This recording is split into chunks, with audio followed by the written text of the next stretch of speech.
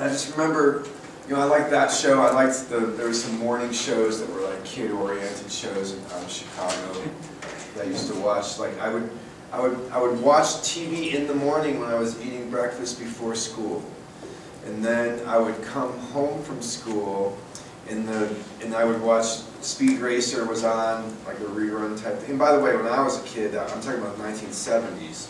So before cable was popular and around in most places, the broadcast days when you had the 3 national networks, you had PBS, and then you had a few UHF channels. They were called ultra high frequency, and in Chicago that was channel 32 and channel 44, and those were the shows that, like, the UHF show had Speed Racer syndicated at 3:30.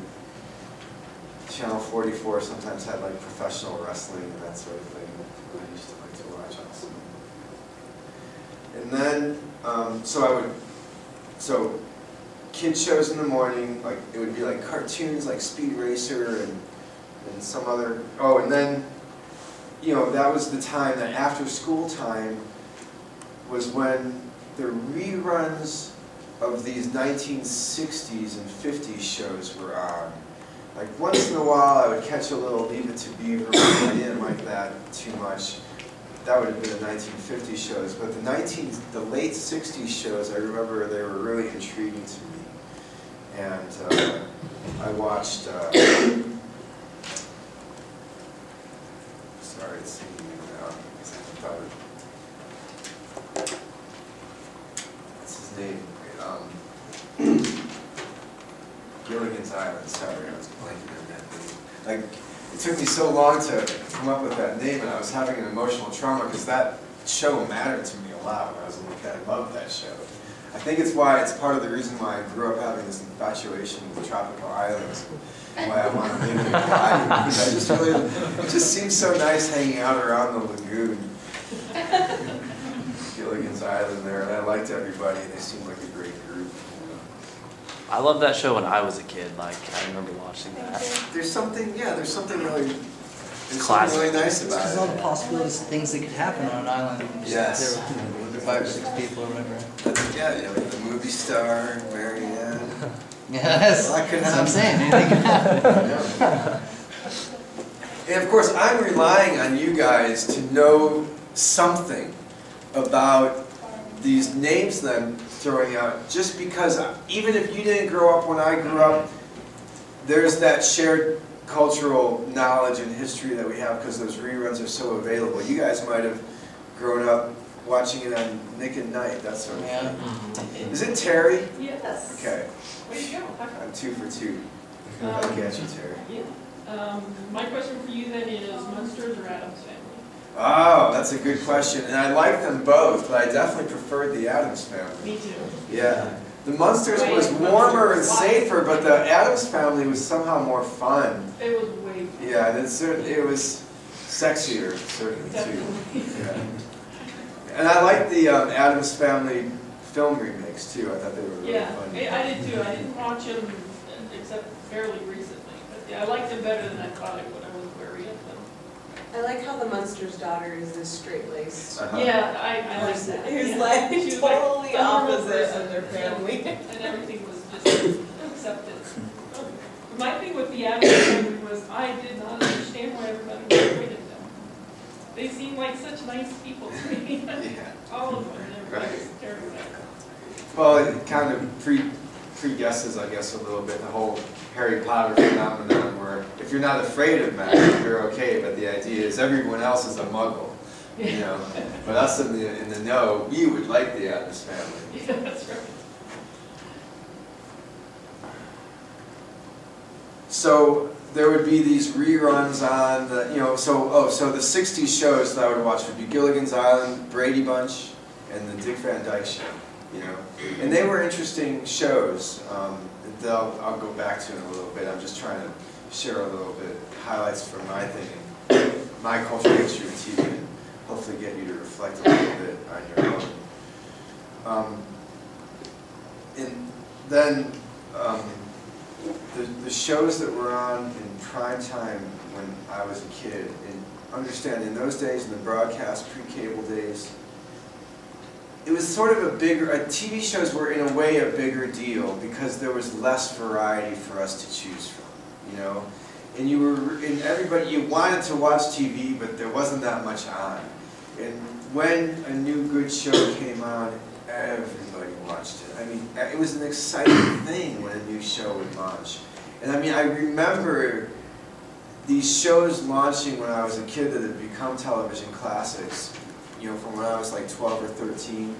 You know, that was when Happy Days came out. And it was like it was the biggest deal in the world, you know, Happy Days, when I was 11 years old in the 5th grade. You know, I was reading comic books and talking about Fonzie with my friends. Look what it did for Ron Howard. Yeah, Ron Howard, who's had this amazing career in television and film. And you know, if you don't know, I mean, of course, Ron Howard got his start in another, I guess this was a 60s TV show that I watched in syndication. It started out as Mayberry RFD, and then it turned into the Andy Griffith Show. And it started as Andy Griffith was a Southern sheriff in a nice small town with good traditional values. And his son was Opie, and started really young. And then when he was a teenager, he was cast in, he's probably more in his early 20s, he was cast in Happy Days. And then, of course, he became a famous movie director. What's that? You're singing the theme song to Happy Days.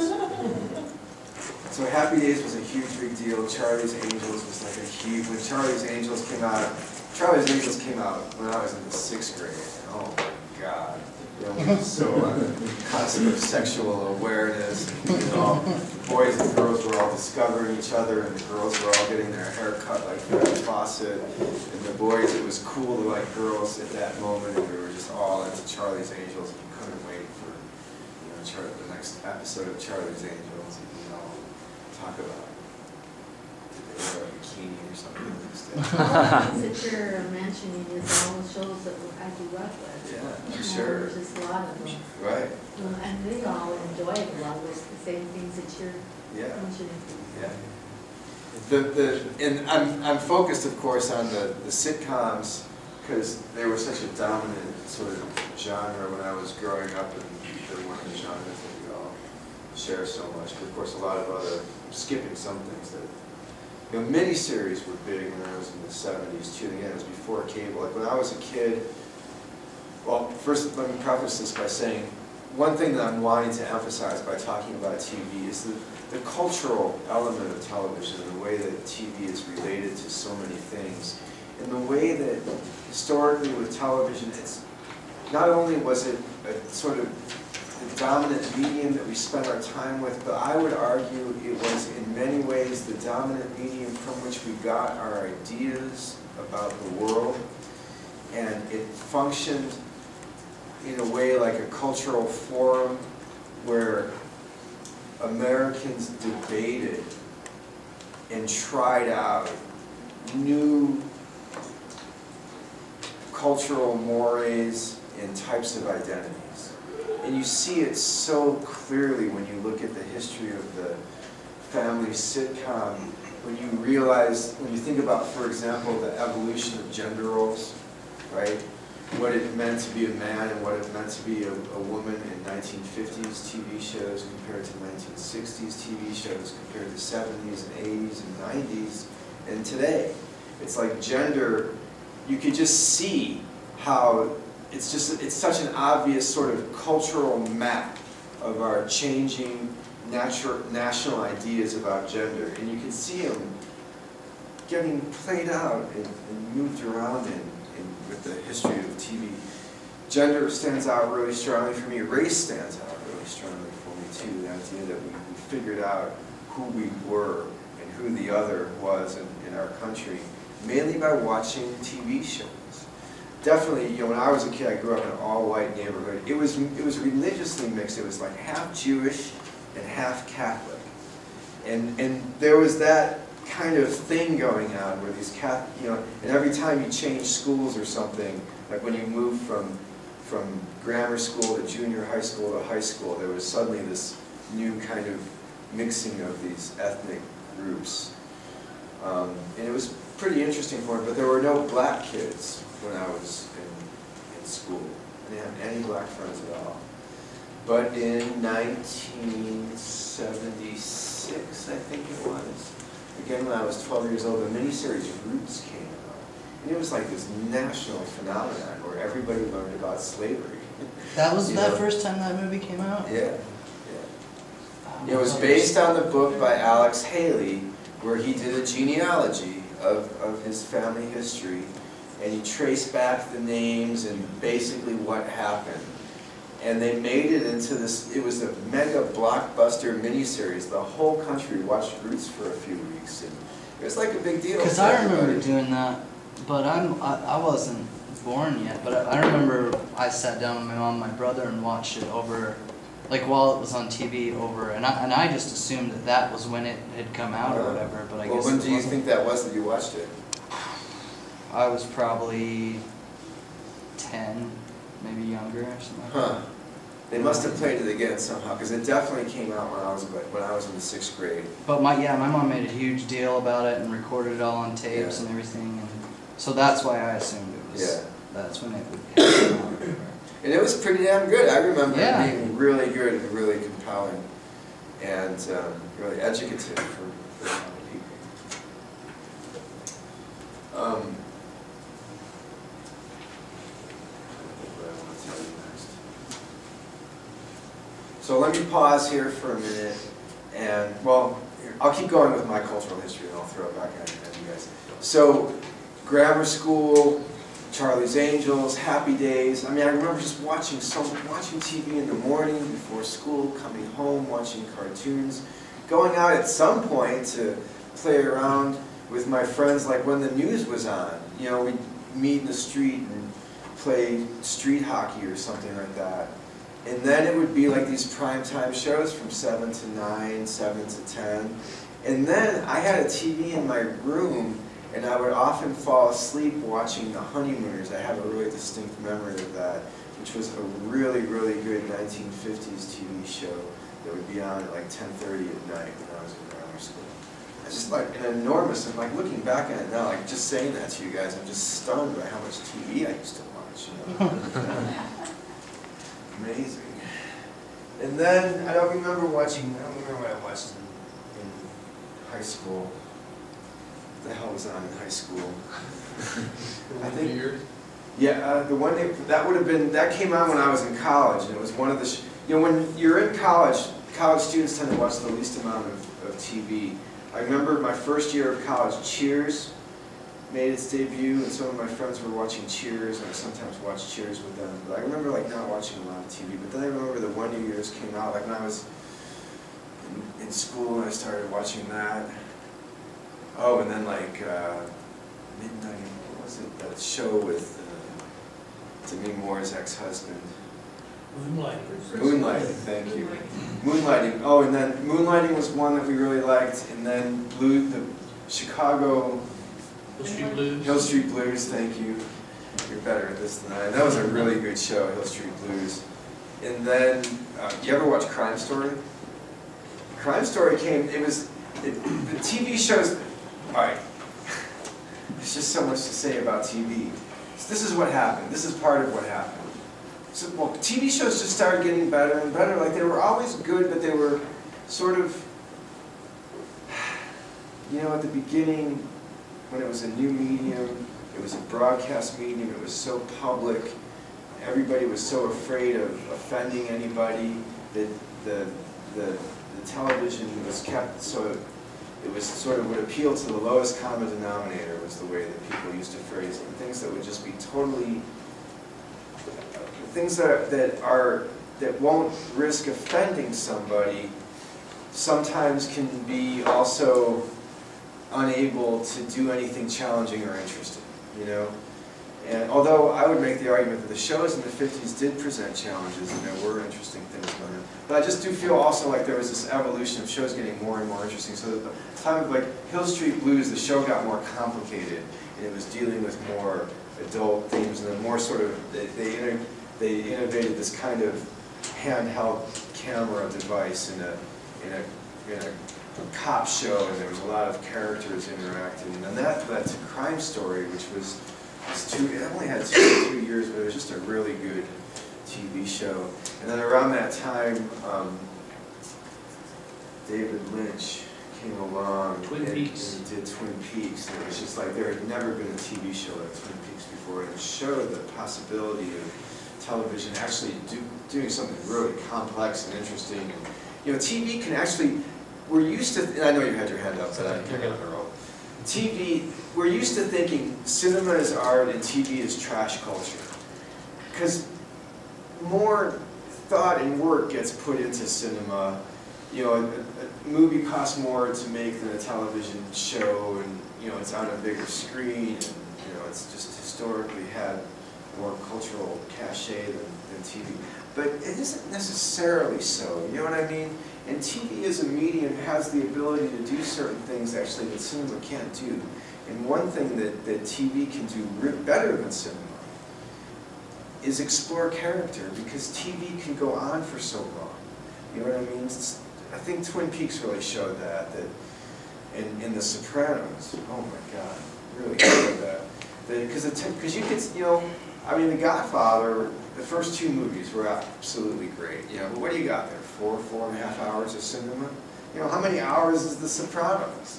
You know, I mean, you spend so much time with the characters, and there's so much time for them to develop over time.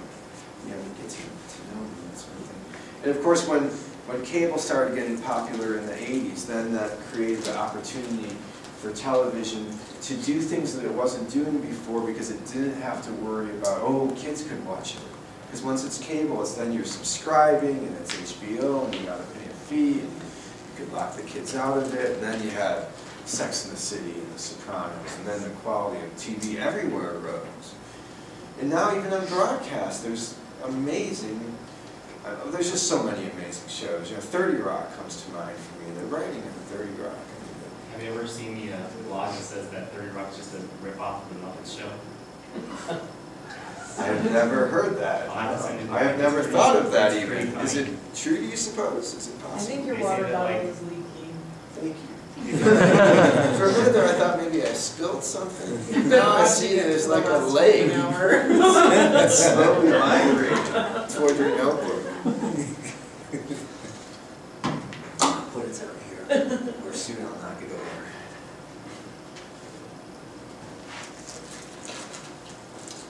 Did you see the show Dallas is coming back again? No, but thank you for bringing Dallas up. Because Dallas was like this huge cultural phenomenon in the mid-1980s. I remember one of my professors in the 80s, like at the height of the Dallas craze, got back from England, and he said the first place he went in England, and some kids heard his accent, and they were running up to him, and they said, and they were just screaming at him in unison, "Dallas is better than Dynasty. Dallas is better than Dynasty." He's like, okay. Yeah. But yeah, and it speaks to the days of, do you guys know the names of these shows that I'm talking about? I'm assuming that you know them somehow. And I don't know how you know them, but I just know you somehow absorbed these shows. Like, I never watched Dallas, but I know what it was about. You know, it just wasn't a show for me, but I know about it. You know, I know what cultural, you know, Friends would be another one. I just couldn't watch Friends. I just found it unwatchable. Oh, here's an interesting, like, sociological thing about Friends. When Friends was at its peak, sociologists noticed that there was a shift in adolescent and college-age sexual behavior. And the shift was that there was a real, pronounced tendency outside of Utah, where the sexual dynamics are different, that there was this tendency for teenagers and people in their early 20s to date a lot and have a lot of sex with people inside a certain fixed social group. Like, everyone would wind up like taking turns dating and sleeping with everyone else, like in a thing. And it was as if they had subconsciously modeled their behavior on Friends. Interesting. Yeah, so I could keep going. You know, now, I mean, the TV shows, some TV shows like marry me a lot now. I will admit. The TV shows that matter to me are The Daily Show and The Colbert Report, because there's so much, you know, and if you don't know what, you know what they are, right? I mean, they're both satires of the news, but they operate in a different way. The Daily Show uses the news to make fun of the news. It tells, it does things that sort of tinkers with the construction of the news, in the sense that, like, what it does is it shows the artificial nature of the news, and it demonstrates how the news works to put a spin on certain things, and how the whole system works. By, for example, you know, there's something that they sometimes call the echo chamber, where, you know, maybe an administration will have a set of talking points that it wants to get repeated, and then suddenly, you know, you'll see, like, all these politicians or this group of, like, let's say, you know, cabinet members or something will suddenly be saying, like, the same kinds of things, and then it gets repeated again and again. And the Daily Show kind of shows that happening by doing these clever video montages where they just take things that are usually separated, just line them up one after the other, and then you can see a kind of hidden order in it, right? Or they'll show when the news does a weird job of covering something. There's a lot of sort of deconstruction of the artifice of news, and kind of showing you, you know, how it's made and what are the forces that operate it, and how it likes to tell certain types of narratives. And then it kind of, through its sort of creative video montages, it makes you aware of connections that you don't normally see. That's how the Daily Show works. The Colbert Show works in a slightly different way. What the Colbert Report does is it takes the conventions of a certain style of broadcast news, meaning Fox News style, basically. You know, with the definitive example of being of Bill O'Reilly, which Colbert kind of bases himself on, right? And he parodies it by just playing like he's Bill O'Reilly, but a little bit more, right? So he takes the kind of conventions and the devices that Bill O'Reilly deploys, and he just exaggerates them a little bit so that it becomes obvious how the game works, you know. So anyway, I think those shows have become incredibly important. And actually, clearly, they've become like a political force, you know. And they become an alternative set.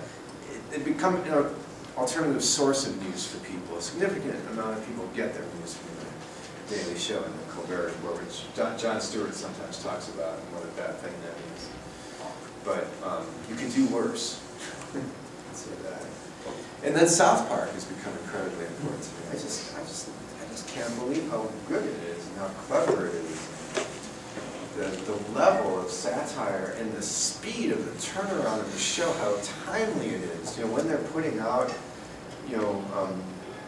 new episodes, you know, it's often pulled from the news that week, and it's just, if you ever want to watch an interesting documentary on the creative process, check out, I think it's called like 6 Days to Air, and it's the making of a South Park episode. You could watch it on southparkstudio.com or whatever it's called.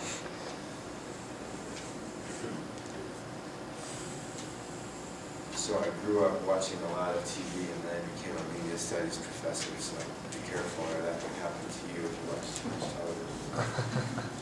So now the next thing that I want to do in my sort of lecture cycle is now go back to the 50s and start talking about these shows and showing clips and talking especially about the construction of race and gender in the sitcoms in the 50s, 60s, 70s, and 80s, because that's an interesting, fun thing to do, and I'm going to probably start doing that today and then move forward with that some more next week. But first, let me pause and ask you guys to share with me a little bit about your cultural history with television, because it's the one I know you all have. Everybody watched TV. Everybody's watched a lot of TV. Everybody wonders if maybe they didn't watch too much TV. Still, right? I mean, what's your experiences? What are your favorite shows? What do you remember?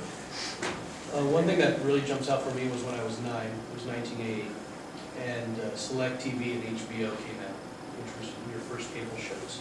Yeah. And I remember being 9 years old, waiting for Dad to go to bed, so when it was 11 o'clock, I could go check out Select TV because they didn't have parental things yet, and you can check out the naked ladies and violence and the foul language. And I remember being 9 years old, having no idea what I was watching, but all right, I like TV. I hear you. So, It's so funny because I was 17 in 1981, and I still remember being at a high school party and MTV came out, and we were all like, "What's that?"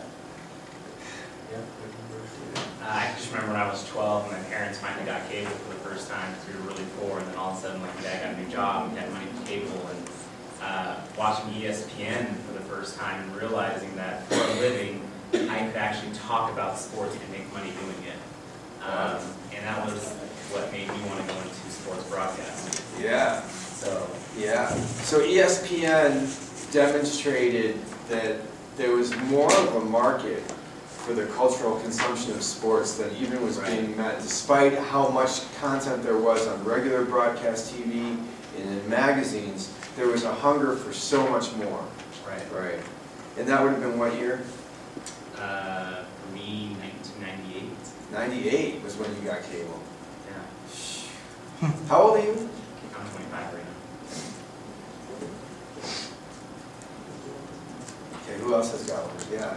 Okay, so I don't know if other people remember this, but I think it was ABC, they had TGIF every Friday, and it was a block of like 3 hours of sitcoms.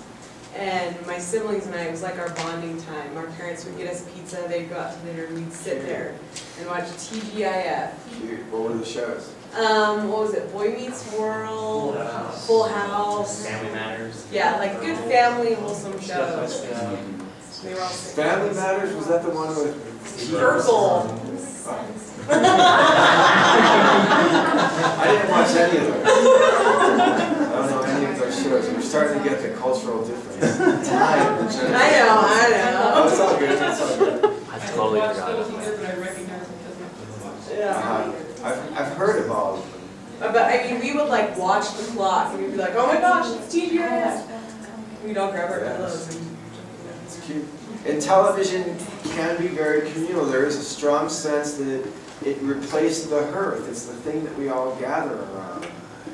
You know, it's the one thing a family might do together outside of each other. You don't know what it's like out there, man. It's different. It's true. Yeah. I remember one thing that made a huge impact was like the WrestleMania and stuff like that, WCW and stuff like. Yeah. I just remember getting so excited to watch Sting come from the Raptors and like NWO and like that was like my childhood. They turned the living room into like a wrestling ring and stuff. Yeah. I love it. Now I remember, and I was writing about wrestling when I was in college, toward the end of my undergraduate, at the beginning of my graduate, and it was the time of the first WrestleMania, and I remember, for some reason, I think I remember the third one, the one where Hulk Hogan got the title from Andre the Giant, maybe it Body was. Slam. What's that? Like Body He used Slam. his own move. Yeah, exactly. That's what happened. It was, and then that was also around the time that Rocky III came out, that had Hulk Hogan in it. Rocky III was a good movie, by the way. Very different than Rocky. I liked Rocky and Rocky III. I didn't like 2 and 4. I heard there's a 5. There's a 6. There's a 6. You know, So the older I get, the more I like Steven that. Seagal wrote all those movies. I mean, Well, not Steven Seagal, I'm pretty sure but that Sylvester Stallone. Yeah, Stallone. I knew he wrote the first one. I think he wrote them all. one is a really good movie. Like, it's a serious film. It's like really well done movie. Morphed over time. Yeah. Huge thing for me is like in the late 90s or mid 90s, and then like TV became interactive and you could like call and vote or call and be like on MTV or something. Okay. That to me was like an awesome concept. I was And like, did you do that kind of thing? no, I didn't, but I watched like TRL and stuff. Like I love music and I love like. And now here you are posting music videos. Yeah. All the time. Yeah. One thing for me was like, I was with TRL and all that, but on the the ESPN, when they started putting the X Games and things like that I wouldn't have normally seen. I mean, that changed my life for like a decade. You know what I mean? And then after that, like going and working in construction for so long, and then coming home and watching the Science Channel and stuff every day. That's like all I did was watch that. And then one day I just thought, you know, it clicked in my head, like if I really love that stuff that much, you know, why not go to school and do it? And so for 3 years, that's all I've been doing since that day, pretty much. Great. I think both these examples of the Science Channel and ESPN point to the idea that cable was moving in the direction of the internet with the idea that, you know, there's more niche audiences available. It doesn't have to be a blanket something for everything, you know, something for everyone that, you know, the broadcast days had. Now that I'm thinking about it, you brought up the X Games, because I've never been a sports fan, but I also was drawn to ESPN during the X Games, and the X Games were just so refreshing to me. To me, the X Games were everything that the Olympics pretended to be, because it was really just about the joy of competition. I just really liked the culture that I got off the X Games, with people just going for it, and not having to win. Like, I was just so struck by, well, first of all, it's because the camaraderie. It's because all those people ride together, you know. And even here, like, I grew up out east, and when I came out here, and like every city had a skate park, it was like crazy. Like, that was awesome. And I got to know all of the riders, like from here to the end of Salt Lake, and I remember just seeing them, like most of those people on TV and the X Games. It's like, well, they don't even say anything about that, you know. Like, oh yeah, I'm going to the X Games next week. They just go and they do it, and it's whatever to them, and then they go and ride with normal people all the time. It's crazy. Right.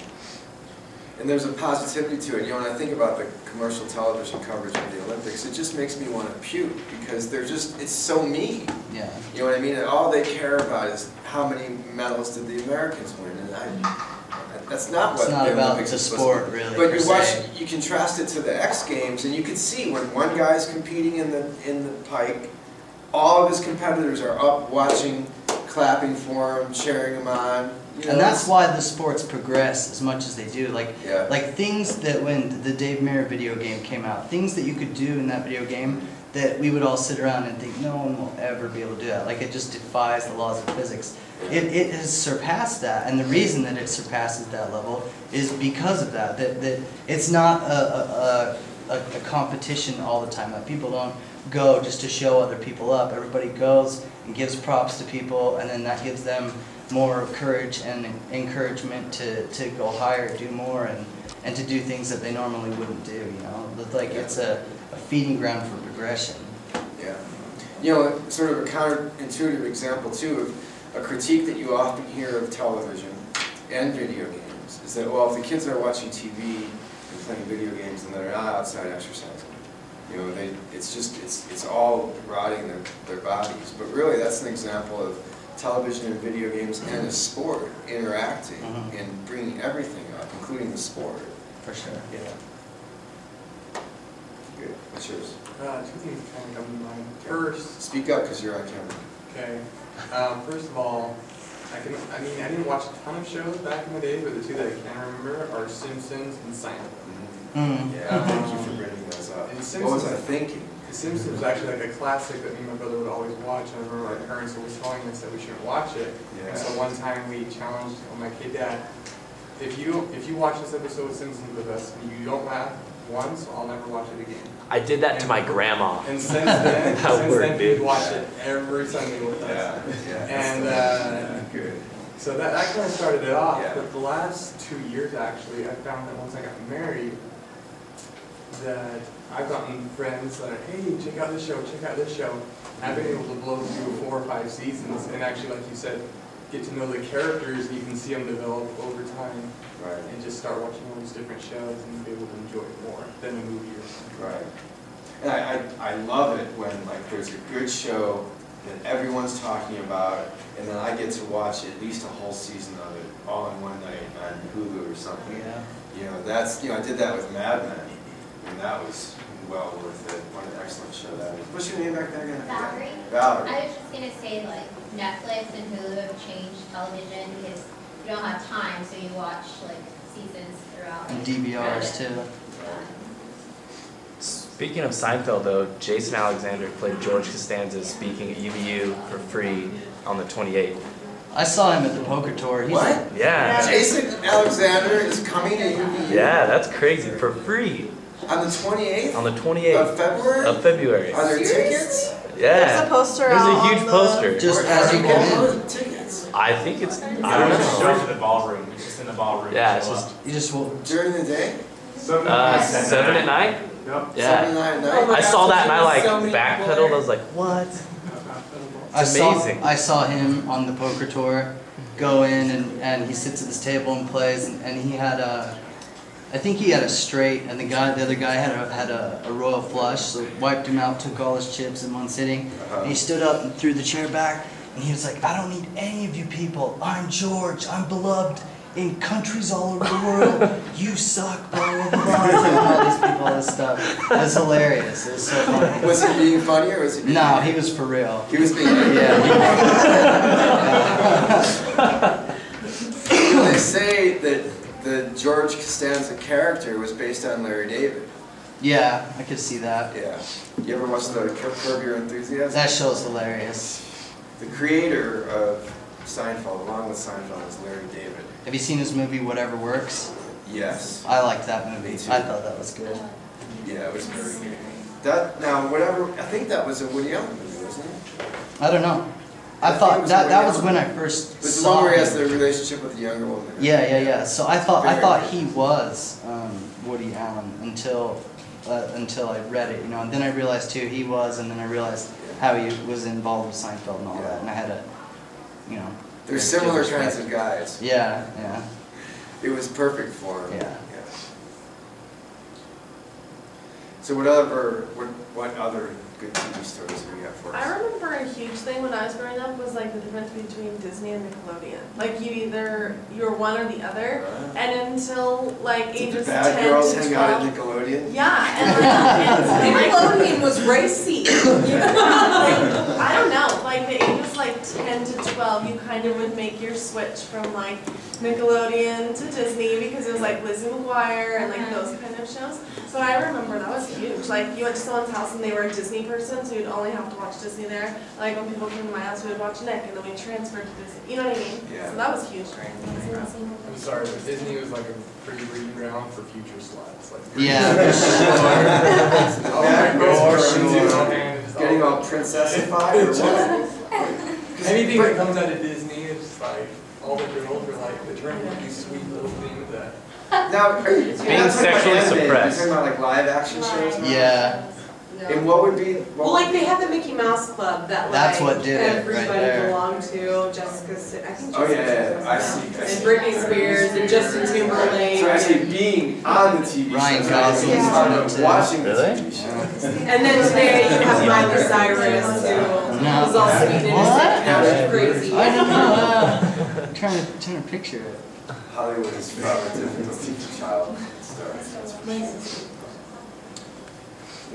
Dude, Nickelodeon had some great TV shows Yeah, in like it the did. late, like Pete and Pete, and like that one like Camp or whatever. I can't remember what that TV show, but it was awesome. So dude. Nick at Night, Nickelodeon was doing original programming. It was Nick at Night that did the Mhm. reruns. Yeah, these were like in the afternoon. I remember Pete and like Pete was These are like Pete and kid Pete was shows. way awesome. I watched Nickelodeon. And then Ren and Stimpy was on there. After that changed my life watching that TV show. Well, but you could only watch Disney if you had like a certain cable. Yeah. Package. Yeah, that's what it was. I had to see it. Like until I I actually upgraded. watched Disney growing up because we didn't have that cable package, but we did have Nickelodeon. So Yeah. I think on basic cable, the show that really made people realize, especially for this generation maybe, that maybe TV could be better than cinema was Lost. Like Lost was a huge phenomenon that it was like, they took something that cable was doing and put it on basic, like an HBO series and put it on cable. And that's, I think a lot of people at that time almost switched from stop going to movies to now just watching TV. I think it's funny people watching like Bones and Law and Order and things like that. That before I told my wife that that's not how it works. Like she was like she really thought that they have a device for everything, and it's like it's just as simple as you go in and you just stand back and then go in and use some devices, and then you just talk to the DA and he hooks something up real quick, and then you just lock people away. Like, it's that simple, you know? On the other hand, I'll point out that I have read that police departments are reporting that there's like a CSI effect. Yeah. Where crime scenes tend to be cleaned up better now. Yeah, for sure. They're harder, because the criminals have gotten educated watching CSI. They know to come with a big bucket. Have you seen Criminal Minds? With the FBI profilers that hunt serial killers? Oh, I've heard of that one. Yeah, my wife likes that one a lot. That one's on basic cable, like you get that for free, and it's graphic, like real graphic. What show? Criminal Minds. So that's like a real life documentary. No, it's fake. But because there's something I heard about that there's a serial killer that hunts other serial killers. Dexter. I hear that's a good one. It's good. You hate on something? Yeah. I tried watching The Walking Dead was good. I like that. I'm waiting for the second season to come out on Netflix. I watched the first episode. There's just so much. There's a lot of mega actors that are switching to TV. I mean, a lot of TV actors get paid more than cinema actors now. Well, Jerry Seinfeld's hella rich. Was an actress, she's on TV now. How long is like? She's Alec Baldwin. And he's won a Golden Globe Award or an Emmy for every single year for the last like 5 years since 30 Rock. You know what? I didn't really like him as an actor, and I don't even really like that show too much, but I like his character. His character makes me laugh. I like it. Well, and that's what they kind of come up with. It's not so much that the actor is good, it's that the writing is so good. Okay, wait, we got a comment in the back here. Oh, I was just gonna say, the two shows that I'm pretty obsessed with is like How I Met Your Mother and Modern Family. Modern Family is great. Or I started watching Modern Family because I kept hearing about it from my students. Although I don't watch a lot of it, but it's a good show. That show is stupid. Yeah. Which show? I didn't know I was pregnant. Oh, God. Modern Family is interesting because it's so normalized as a gay couple. It's not that they're a couple that happen to be gay, and then they just have real personalities. That's what I noticed about it. Yeah. Remember Soap in the 70s? You're good, man. I was gonna tell that one next, but yeah. You know, Billy Crystal was the gay guy, and that was all controversial. Right. 40 years ago. Now you have 1978. one family where two men are living together. Have children. And have a child, yeah. Am I the only one that hates reality TV? Like, I hate it. Like, I think it's so dumb. I hate it too. Because it's not even really, like, my conspiracy theory is that, yeah, maybe the first couple were real, but like American Idol and all that stuff, that's as rigged as it can possibly be. You know what I mean? Like they've got like advertising geniuses like figuring out every little dramatic effect that they could possibly pull. Can I tell you something really sad? Because the worst reality TV show, and I hate it so much that I had to watch every episode to make sure how horrible it was, was that Flavor Flav one. That was horrible. It was not watchable. Like I couldn't not watch it. Yeah, that's They made level like 10. runoffs of that for people on that show that were finding their own. Yeah, stupid. Or True Love with Bret Hart or whatever. Michaels. Bret Michaels. Yeah, that guy is where there's cool. just all these cougar stripper chicks that he just bang. I also really hated that one every time I watched it, which was many times. And also The Girls Next Door, the You Happier one with his 3 wives. Oh yeah, I saw the world's greatest American and the only living polygamist who gets to be on TV with respect. It's because he shares You it. know what I mean? Like, I just think that show shows all the hypocrisy about all the rhetoric around the Mormons. Because America is polygamist. Utah is not. Yeah, for sure. Yeah. One of my favorite TV shows ever was like, not a lot of people liked it until it's canceled, but Arrested Development.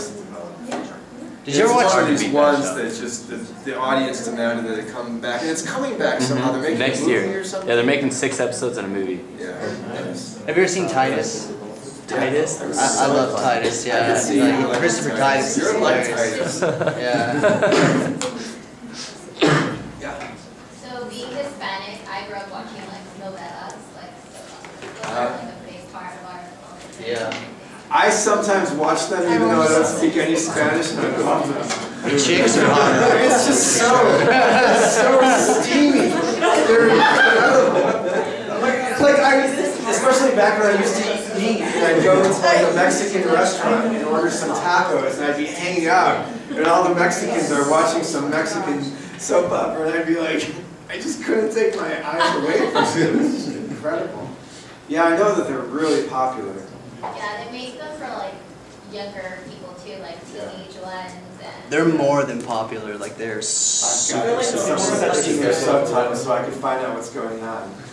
But I can kind of tell. They don't stay on Just as make long it as up. like the American ones though. Days of Our because Lives. Those ones last Yeah. like for Decades, 30 plus right. years, but my friend, she told me novellas only stay on for like a couple years at a time. Some of them. Soap operas are slowly going out of style though, one by one they're being canceled. Yeah, but maybe they're going to get saved by Univision.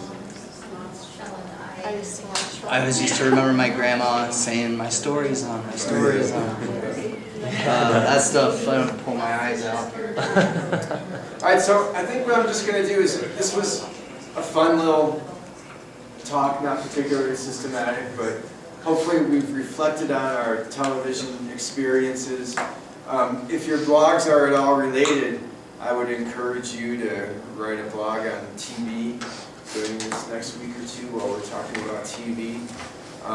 Thursday, we don't have a quiz scheduled. We're going to do some, thank you. Wednesday, we're going to do some in-class blog workshop stuff. Yes. Hopefully, I'm going to show you my brand new, beautiful blog and share with you some things I've been learning the last few days. And then next Monday, what do we got on the syllabus? I think it's more TV. Monday is, Monday is holiday. President's Day, Okay, so so we have something a class on funky happened. Tuesday. Yeah, we have class on Tuesday for this class. See, I don't like this. I don't like this. Yeah, what? You're gonna be here, right? Make that happen. You know what I think we should do? I think we should just all stay home and watch TV. Let's do that. Are you serious? No class Tuesday then? Yeah, because all I'm trying to do is throw you off my Tuesday, Thursday sync up anyway. Okay. Because that's what's happening, right? And I think I even hardwired something into the syllabus so I had some flexibility. So we'll only have one day of your class next week. Yeah, that sounds Won't great. that throw it off anyway? No, we'll be That's fine. Thursday or next Does anybody have a syllabus? Wednesday. I think I scheduled this in, like, let's look at that maybe. Monday, Wednesday classes. Yeah, it's because they thought that we were missing too many Monday classes in the program. I did it because I worked. Homie don't play that.